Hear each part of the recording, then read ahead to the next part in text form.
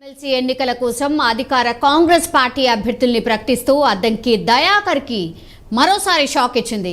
MLC నామినేషన్ల గడువుకు ఒక రోజు ముందు అద్దంకి దయాకర్ను పక్కన పెట్టేసి మహేష్ కుమార్ గౌడ్కు కాంగ్రెస్ హైకమాండ్ అవకాశం అయితే కల్పించింది. మహేష్ కుమార్ గౌడ్తో పాటు బల్మూరి వెంకట్ పేర్లను AICC general secretary KC Venugopal ప్రకటించారు. ఈ నెల 29న ఎమ్మెల్యే కోట ఎమ్మెల్సీ ఎన్నికలు జరగబోతున్నాయి. ఈ మేరకు కాంగ్రెస్ ముఖ్య నేతలు ఇద్దరు అభ్యర్థులకు ఫోన్ చేసి సమాచారం అందించారు.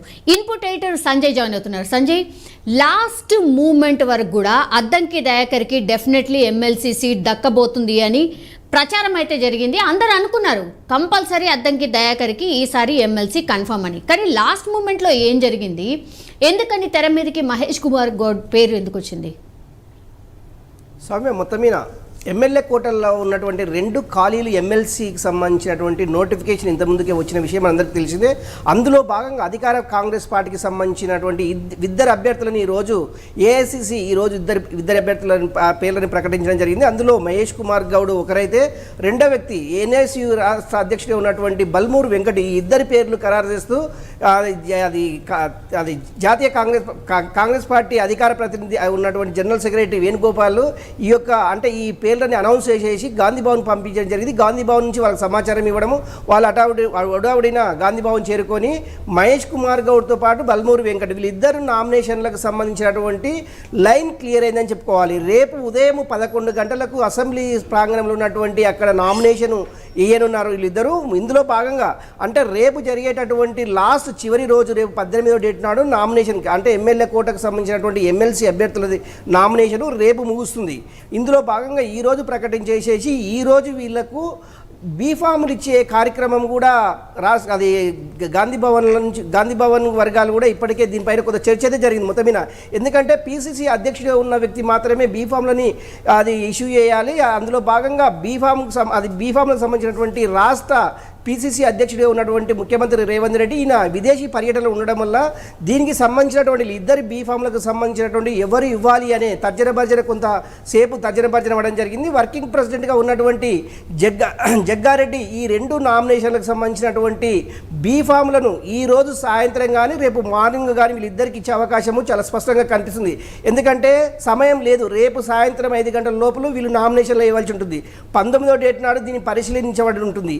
అందులో దీనికి సంబంధించినటువంటి ఇప్పటికీ 25 మంది ఎమ్మెల్యేలు ఒక్కొక్క క్యాండిడేట్కు వాళ్ళ సంతకాలు పెట్టేసేసి, అంటే మహేష్ కుమార్ గౌడ్కు ఒక 25 మంది, బల్మూరు వెంకట్కు సంబంధించినటువంటి 25 మంది సంతకాలతో కూడినటువంటి పేపర్స్ను కూడా గాంధీ భవన్కు అందజేయడం జరిగింది. గాంధీ భవన్కు సంబంధించినటువంటి అంటే కొంతమంది సీనియర్ నాయకులు కూడా ఈ యొక్క దీనికి సంబంధించినటువంటి అంటే ఈ పేర్లు ఎవరెవరికి ఇవ్వాలి, అది ఓటు వేయాలి ఎమ్మెల్యేలు అనే దాని మీద కూడా దీనిపైన కూడా కొంత చర్చ జరిగింది. సుమారు నిన్నటి నుంచి ఈ తతంగం మొత్తం సాగుతుంది. ఓన్లీ పేర్ల యొక్క అంటే ఎవరిని అది కేంద్ర అధినాయకత్వం ఎవరిని ప్రకటిస్తుంది, అంటే ఎవరి పేర్లను ప్రకటిస్తుంది, ఆ పేర్లు మాత్రమే పెండింగ్లో పెట్టి దీనికి సంబంధించినటువంటి 2 ఎమ్మెల్సీలకు సంబంధించినటువంటి పూర్తి వర్క్ను గాంధీ భవన్ వర్గాలు ఇప్పటికే పూర్తి కంప్లీట్ చేసిందని చెప్పుకోవచ్చు. అందులో భాగంగా అంటే నామినేషన్ పత్రాలు కూడా రెడీ అయినాయి. నామినేషన్ పత్రాలకు సంబంధించినటువంటిది కూడా దీనిపైన అంటే లీగల్ అడ్వైజర్ ఉన్నటువంటి కొంతమందితో సంప్రదించడం కూడా జరిగిందని చెప్పుకోవచ్చు.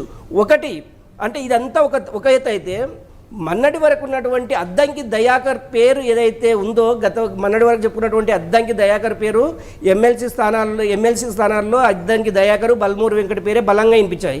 కాకపోతే ఇక్కడ ఏంటంటే సామాజిక వర్గానికి సంబంధించినటువంటి బీసీ అంటే మన జరిగినటువంటి ఎమ్మెల్యే క్యాండిడేట్లో కూడా బీసీ వర్గానికి చాలా తక్కువ సీట్లు ఇచ్చాము, అందులో భాగంగానే బీసీలకు కొద్ది అవకాశం కల్పించాలనే ఉద్దేశంతో ఇద్దరు బీసీ వర్గానికి సంబంధించినటువంటి వ్యక్తులు కనుక వీళ్ళిద్దరికి ఇవ్వడం జరిగింది. సౌమ్య, కానీ తుంగతుర్తి నుంచి టికెట్ ఆశించారు, మనందరికీ తెలుసు. స్వల్ప మెజార్టీతోనే ఆయన ఓడిపోయిన పరిస్థితి ఉంది అద్దంకి దయాకర్.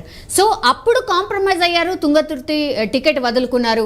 ఆయనకు అధిష్టానం ఏదో ప్రామిస్ చేసింది, మంచి పదవి ఇవ్వబోతోంది అద్దంకి దయాకర్ కని ఒక ప్రామిస్ అయితే జరిగింది. కానీ ఎమ్మెల్సీ ఎప్పుడైతే 2 సీట్లు కన్ఫామ్గా కాంగ్రెస్ పార్టీ గెలవబోతుంది అనుకున్న తర్వాత మాత్రం కన్ఫామ్గా అద్దంకి దయాకర్ పేరు ఉంటుంది, ఇంకొకరు ఎవరన్న చర్చ జరిగింది. ఇప్పుడు పూర్తిగా అద్దంకి దయాకర్ పక్కకి వెళ్ళిపోయారు.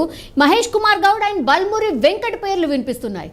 అండ్ కన్ఫామ్ కూడా చేసేశారు. అసలు ఏం జరిగింది ఇందులో, రాజకీయం ఏంటి సంజయ్? అంటే సౌమ్య, ఇందులో రాజకీయ ఉద్దేశం అంటూ ఏం లేదు. ఎందుకంటే ఎన్నోసార్లు రాష్ట్ర ముఖ్యమంత్రి ఉన్నటువంటి రేవంత్ దీనిపైన చాలా క్లారిటీ ఇచ్చారు. ఎందుకంటే అద్దంకి దయాకర్ కూడా తన సీటుని త్యాగం చేశారు, అదేవిధంగా బల్మూరు వెంకట్ కూడా తన సీటుని త్యాగం చేశారు. ఇలాంటి వ్యక్తులకు కాంగ్రెస్ పార్టీ ఎప్పుడు అండదండలు ఉంటాయి, కాంగ్రెస్ పార్టీ ఎప్పుడు వాళ్ళని ఆదుకుంటుందనే ఉద్దేశంతో రేవంత్ రెడ్డి పదే పదే చెప్పడం జరిగింది.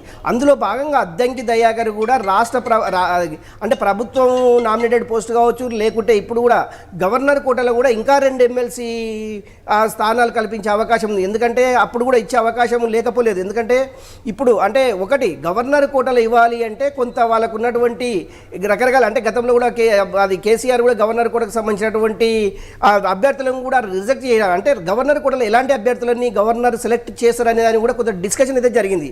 అందులో భాగంగా గవర్నర్ కోటలో పంపించేటటువంటి అభ్యర్థులు ఎవరైతే ఉంటారో వాళ్ళు సామాజిక వర్గానికి సంబంధించినటువంటి సామాజిక వర్గంలో వాళ్ళు చేస్తున్నటువంటి సహాయక చర్యలు కావచ్చు, లేకుంటే ప్రజాసేవకుల్లో అంకితమై ఉన్న వాళ్ళకు మాత్రమే గవర్నర్ కోటాల్లో ఎమ్మెల్సీ అభ్యర్థులను ప్రకటించే అవకాశం ఉంది కనుక అందులో భాగంగా నిజంగా అద్దంకి దయాకర్కి అలాంటి అవకాశం వస్తుందంటే గవర్నర్ తీసుకునేటటువంటి నిర్ణయం పైన ఆధారపడి ఉంటుంది. అదేవిధంగా కోదండరాం పేరు కూడా గవర్నర్ కోటాలో వినిపిస్తుంది.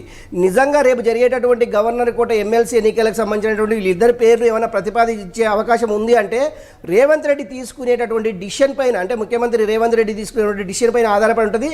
వీళ్ళు పంపించేటటువంటి లిస్ట్ అయితే ఉందో ఏఐసిసికి ఆ లిస్టు ఆధారంగానే ఉంటుంది.